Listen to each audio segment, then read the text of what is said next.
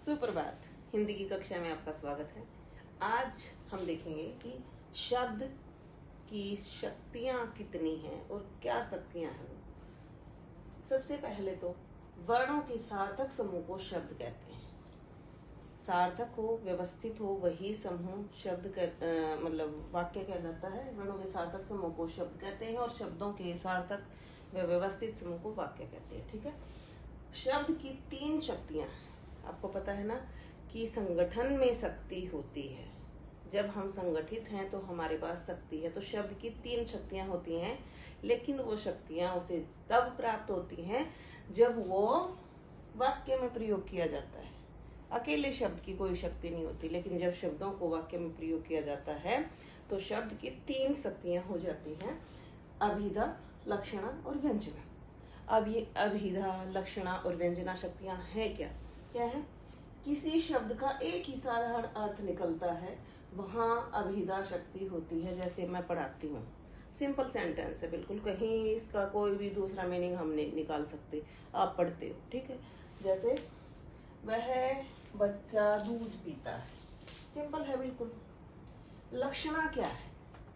लक्षणा शक्ति क्या है? जहां वाक्य में किसी शब्द का साधारण अर्थ छोड़कर लक्ष्यार्थ का मतलब जो हमारा लक्ष्य होता है किसी दूसरे को कहने का, क्या लक्ष्य लिया जाता है, वहां लक्षणा शक्ति होती है। जैसे मुहावरों में, हम मुहावरे में बोलते हैं ना कि गागर में सागर होती है, कि थोड़ी सी बात, छोटी सी 2 या 3 शब्दों में ही हम बहुत कुछ कह देती हैं। जैसे वह दूध पीता बच्चा है, दैट्स मीन इतना छोटा तो नहीं है, इतना समझदार, इतना ना समझ भी नहीं है।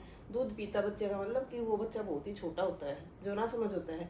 लेकिन यहाँ लक्षणा है, कैसे है? क्योंकि वह उसके ऊपर एक तरह से लक्ष्यार्थ है कि हमारा लक्ष्य ये है कि हम उसको बोले कि वो इतना छोटा नहीं है, इतना ना समझ नहीं है।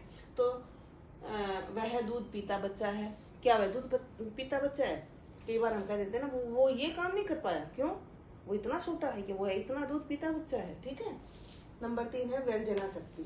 जहां वाक्य में शब्द का अर्थ व्यंग या चमत्कार के रूप में किसी बात को बहुत ही ज्यादा प्रकाशित करने के लिए या किसी को कटाक्ष के लिए, किसी को कटाक्ष करना होता है ना हमें, तो वहां जब हमें इस शक्ति का प्रयोग किया जाता है वहां व्यंजना शक्ति होती है। जैसे क्या वह दूध का धुआं है, मतलब बहुत ही सज्जन है, नेक है, क्या उसमें कोई भी अवगुण नहीं है, क्या वह दूध का धुलाव है? तो दैट्स मीन कि हम व्यंग कर रहे हैं, हमें पता है कि उसमें कुछ ना कुछ कमी है। तो सीधी सी बात है, जहां सरल वाक्य होता है जिसका अर्थ केवल एक ही होता है, अभिधा होती है।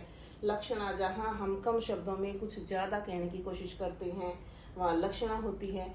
और जहां व्यंजना का मतलब व्यंग होता है, जब हम किसी को या अपने वाक्य में कोई चमत्कार लाना चाहते हैं या किसी के ऊपर व्यंग करना चाहते हैं, तो वहां व्यंजना शक्ति का प्रयोग किया जाता है। तो ये शब्द की शक्तियां हैं, लेकिन हम जानते हैं कि शक्तियां संगठन में हैं और शब्द जब वाक्य में प्रयोग होता है तो ही इन शक्तियों का प्रयोग हम कर सकते हैं। धन्यवाद।